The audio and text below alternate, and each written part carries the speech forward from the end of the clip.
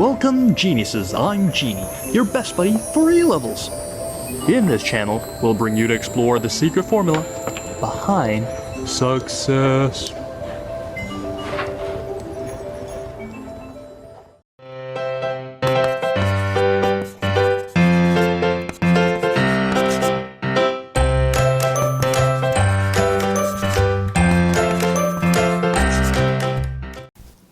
The next question is from October-November 2006, number 9. So the question wants us to calculate the enthalpy change for the given reaction here. So we will need to make use of it as the main frame. So we have Cl2 gas plus H2 gas to give carbon monoxide gas plus H2O gas. So we have to make use of the given information into constructing an energy cycle in order to find the enthalpy change of this reaction. So what we could see here is we can see that H carbon monoxide reacts with oxygen to form carbon dioxide.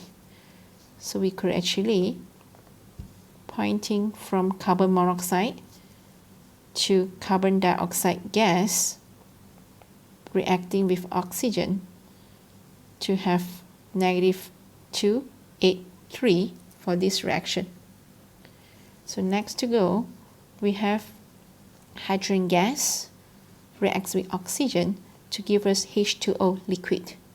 So we will have hydrogen gas reacts with oxygen to give us H2O liquid to have negative 286 kilojoule per mole. So the last one to go, we will have H2O gas to form H2O liquid. So we will have H2O gas forming H2O liquid to have negative 44. So this is the complete energy cycle for this reaction. So then, in order to get the answer, so we have negative 286 plus. So just because it is not in a nice flow, so we got to reverse the equation, the arrow for these two reactions. So therefore, we got to change the sign to a positive 283 plus positive 44.